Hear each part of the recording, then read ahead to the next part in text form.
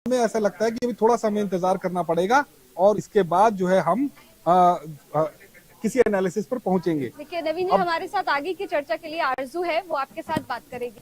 हम अपने दर्शकों को इसी दौरान आंकड़े बता दें। इस वक्त जो हमारी स्क्रीन पर आंकड़े दिखाई दे रहे हैं, केरल के अंदर एलडीएफ यानी लेफ्ट डेमोक्रेटिक फ्रंट जो है वो 49 सीटों पर आगे चल रहा है। वही यूनाइटेड डेमोक्रेटिक फ्रंट जो कांग्रेस समर्थित जो है गठबंधन है, कांग्रेस उसमें लीड करता है, वो गठबंधन जो है 87 सीटों पर आगे चल रहा है। यानी कांग्रेस के लिए दक्षिण भारत के राज्य केरल से एक बड़ी खुशखबरी है। वहीं दक्षिण भारत के एक और राज्य तमिलनाडु से कांग्रेस के लिए थोड़ा सा सेटबैक इसलिए है क्योंकि उनके गठबंधन वाली डीएमके यहां पिछड़ती दिखाई दे रही है। 49 सीटों पर डीएमके इस वक्त मौजूद है और 96 सीटों पर एक नई पार्टी टीवीके, सुपरस्टार विजय की पार्टी टीवीके 96 सीटों पर आगे है। 214 सीटों की अब तक जो है वो काउंटिंग हो चुकी है, 234 में से तमिलनाडु में। और बीजेपी प्लस गठबंधन यानी कि एआईएडीएमके जो है वो 70 सीटों पर आगे दिखाई दे रहा है। तो नवीन जी, आपने पश्चिम बंगाल की जितनी भी खबरें थी, चुनावी खबरें, उसको बहुत बारीकी से देखा है, बहुत बारीकी से समझा है। तो वो बड़े फैक्टर बीजेपी के और टीएमसी के जो अब की बार रिजल्ट के दौरान खेला करने वाले हैं। देखिए, बड़े फैक्टर जो हैं उनमें बीजेपी के लिए जो बड़े फैक्टर हो सकते हैं वो उनका जो कैंपेन रहा, जो भी महिलाओं से संबंधित जो क्राइम दिखाई दिए पश्चिम बंगाल के अंदर, उसको उन्होंने बहुत बुलंद आवाज में उठाया। सीबीआई इंक्वायरी की मांग हो, आरजी कर मेडिकल कॉलेज में, या फिर जो है तुष्टीकरण का मुद्दा हो। कई मामलों के अंदर जो है बीजेपी जमीन पर लड़ी और उसका जो है असर जो है इन आंकड़ों में दिखाई दे रहा है। दूसरी बात, बीजेपी ने जो है महिलाओं से संबंधित जो स्कीम पश्चिम बंगाल में चल रही थी उसके अंदर 100% का इजाफा करने की बात कही कि हम 1500 रुपए टीएमसी की तरफ से मिल रहे हैं महिलाओं के खाते में, हम 3000 रुपए देंगे। बिल्कुल। आप लाडली बहना और लाडकी बहना जो है उसके आप बहुत अच्छे जानकार हैं। तो आप बताइए, कहीं किसी राज्य में मिल रही है क्या इतनी स्कीम? देखिए, मध्य प्रदेश में अगर हमने देखा, और बीजेपी का ये पैटर्न है बेसिकली कि महिलाओं को अपने पक्ष में लाने के लिए जो स्कीम है ये लगातार दी जाती है। चाहे महाराष्ट्र की हम लोग बात करें, यहाँ मध्य प्रदेश की हम लोग बात करें, या फिर हम बिहार की बात करें, तो वहाँ पर भी तो किसी राज्य में 3000 रुपए तो नहीं मिल रहे हैं। 3000 रुपए नहीं है, वो राशि या तो 1200 है या 1500 रुपए तक ही सीमित। देखिए, 1500 तो बड़ी रकम है। 1500 रुपए तो ममता दीदी दे रही हैं। SC/ST वुमन को 1900-2000 रुपए दे रही हैं। अब जनरल महिलाओं के खाते में जब 3000 का वादा आ गया तो ये जो है कहीं ना कहीं बीजेपी के लिए फायदेमंद दिखाई दे रहा है। बिल्कुल। आप देखेंगे कि बंगाल के अंदर जो है महिलाओं को लेकर के या महिलाएं जो हैं वो बड़े डोमिनेटिंग पोजीशंस पे रही हैं सोसाइटी में, घर में। आप देखेंगे तो महिलाओं की संख्या वहां ज्यादा है। उनको फोकस करके बीजेपी ने ये योजना जो है उसको इम्प्लीमेंट करने की बात कही है। महिला आरक्षण का मुद्दे पर भी उन्होंने टीएमसी का जो विरोध था उसको जनता तक पहुंचाने में कोई भी कसर नहीं छोड़ी।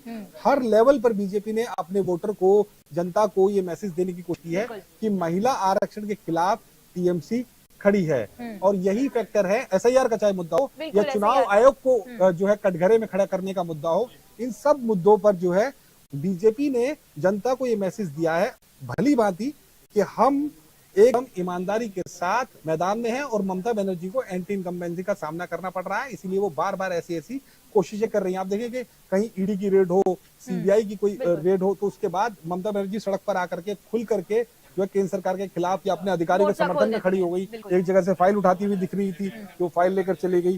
तो इन सब मुद्दों पर जो है बीजेपी ने जनता को एक अच्छा संदेश देने की कोशिश की, जिसके नतीजे दिखाई दे रहे हैं। नवीन जी, अगर पिछले 60 सालों में हम देखें तो वहां पे इतने मुख्यमंत्री नहीं रहे हैं। ममता बनर्जी 3 बार रही हैं। और सबसे बड़ा मुद्दा ये है कि क्या बीजेपी अब की बार अगर चुनाव जीतती है तो ये जो एक चला आ रहा है पैटर्न, इसको तोड़ पाएगी? और ये जो लेफ्टिस्ट पार्टी का, जैसे ममता बनर्जी ने भी वही रूल फॉलो करना स्टार्ट कर दिया था।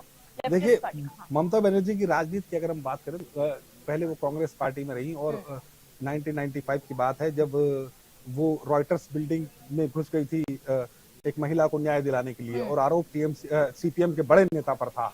उस दौरान जो है पुलिस ने घसीट करके ममता को बाहर निकाला और ममता ने उस वक्त कसम खाई थी कि मैं अब रॉयटर्स बिल्डिंग में जब जाऊंगी जब मुख्यमंत्री बनूंगी। इसके बाद एक बार और सड़क पर जब नंदीग्राम और सिंगूर का मामला आया तो ममता बनर्जी 26 दिन तक भूख हड़ताल पर रही। सिंगूर के अंदर जो है टाटा का प्लांट लगना था, और नंदीग्राम के अंदर SEZ के तहत, स्पेशल इकोनॉमिक जोन के तहत जो है जमीन आवंटन की गई थी एक बड़े कारोबारी को, जिसके तहत वहां फैक्ट्री लगनी थी। आप देखें कि बंगाल की राजनीति में ज्योति बसु के समय में उतना जो है बात नहीं आई थी फैक्ट्रीज लगाने की, किसी जो है पूंजी निवेश वहां पर करे, कोई इन्वेस्टमेंट आए। जब बुद्धदेव भट्टाचार्य के पास 2000 में कमान आई, तो बुद्धदेव भट्टाचार्य ने अपने कार्यकाल के दौरान एक बड़ा स्टेटमेंट दिया कि वामपंथियों को अपनी विचारधारा के अंदर निवेशकों को जो है लाना पड़ेगा, और निवेशक जब तक नहीं आएंगे तब तक सरकार चलाना मुश्किल है। इसका जो है वामपंथ के कई धड़ों में बड़ा खासा विरोध हुआ था, और 2006 में जब सिंगूर और नंदीग्राम के लिए भूमि आवंटित की गई थी, तो उस मुद्दे को ममता बनर्जी ने बहुत अच्छे से लिया। ममता बनर्जी उस टाइम 1997 में ममता बनर्जी कांग्रेस से अलग होकर के टीएमसी बना चुकी थी, और टीएमसी बनाने के बाद वो एक बार बीजेपी के साथ केंद्र में सरकार में भी रही थी। ममता बनर्जी के लिए रॉयटर्स बिल्डिंग जो है वो उस जमाने में कहा जाता था कि इनका टारगेट जो है वो रॉयटर्स बिल्डिंग है, रॉयटर्स बिल्डिंग के लिए वो जो है हर हद तक जा सकती है। 26 दिन तक ममता बनर्जी भूख हड़ताल पर रही। इसके बाद जो है सरकार को, वामपंथी सरकार को फैसला वापस लेना पड़ा। अब बहुत ज्यादा जो है उस पर हिंसा भी हुई थी, 13-14 लोगों की जान गई थी। नंदीग्राम के मामले में भी ऐसा ही हुआ कि वहां पर सरकार को अपना फैसला वापस लेना पड़ा।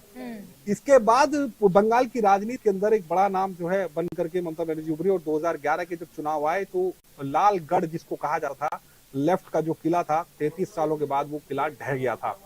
वामपंथ वहां जो है उसके बाद कभी उभर नहीं पाया आज तक, और जो वामपंथ का जो कैडर था वो धीरे धीरे बीजेपी के अंदर शिफ्ट हो गया। 2014 में जब नरेंद्र मोदी की सरकार बनी, तो उसके बाद बंगाल में बीजेपी का उभार शुरू हुआ, और जो कैडर लेफ्ट का था वो धीरे धीरे जाकर के बीजेपी शिफ्ट हुआ। अगले जो चुनाव आए उसके अंदर लेफ्ट कुछ सीटें ले पाया, लेकिन उसके बाद जो है लेफ्ट के लिए वहां पर उभार मुश्किल हो गया। ममता बनर्जी 15 साल से जो है बंगाल की राजनीति में एक छत्र जो है उनका राज दिखाई दे रहा है।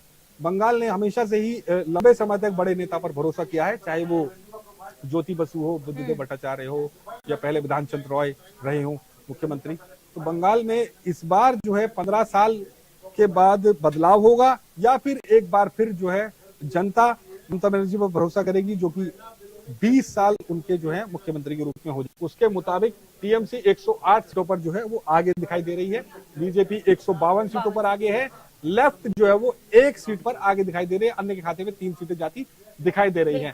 अन्य राज्यों की अगर बात करें तो तमिलनाडु में टीवी के 103 सीटों पर आगे दिखाई दे रही है। ये एक बहुत चौंकाने वाला आंकड़ा है। इसके अलावा असम के अंदर बीजेपी बहुत मजबूत स्थिति में 83 सीटों पर आगे चल रही है, 27 सीटों पर कांग्रेस पिछड़ती दिखाई दे रही है। अगर हम तमिलनाडु के चुनावों की बात करें तो टीवी के पार्टी अभी, जैसे कि आपने बताया कि 103 सीटों पर आगे चल रही है, ये पार्टी नई है, अभी अभी उभर के सामने बाहर आई है। ऐसे कौन से बड़े मुद्दे यहाँ पे इस पार्टी ने आगे लेकर वो आई है कि अब युवाओं के बीच इसने अपनी जगह बना ली है, या फिर वो सुपरस्टार वाला एंगल? देखिए, तमिलनाडु की राजनीति के अंदर दो ही हमने पिछले 3 दशकों की राजनीति जो देखी, उसमें AIADMK और DMK, करुणानिधि और जयललिता, इन दोनों बड़े नेताओं के बीच ही सत्ता का जो है वो संघर्ष देखने को मिला। जब DMK की सरकार बनी तो AIADMK के नेताओं, चाहे उनकी पूर्व मुख्यमंत्री जयललिता हो, उन सब के साथ जो है कई तरीके के जो है हिंसक वारदातें हमने देखने को मिली, और इसके बाद जब उनकी सरकार आई तो उन्होंने यही सब किया।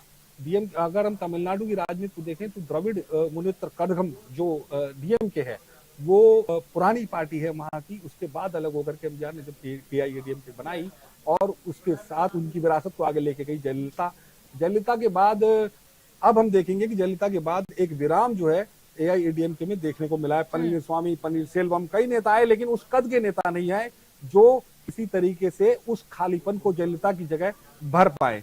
DMK की राजनीति में ये बात रही कि DMK एक परिवारवादी पार्टी रही शुरू से ही। DMK में करुणानिधि के बाद उनका जो कुनबा है उसमें सत्ता का संघर्ष करुणानिधि के रहते रहते ही देखने को मिला। MK स्टालिन रहे, कलानिधि मारन रहे, अलगिरी रहे, या फिर उनकी बेटी रही, इन सब ने जो है, चाहे केंद्र में कांग्रेस की सरकार रही हो तो केंद्र में अपने बच्चों को मंत्री बनाया, और तमिलनाडु की राज्य की सरकार में उन्हें अहम महकमे दिए गए। कई मामलों में जो है उन्होंने अपने बच्चों की जमीन जो थी वो तैयार कर दी थी करुणानिधि ने।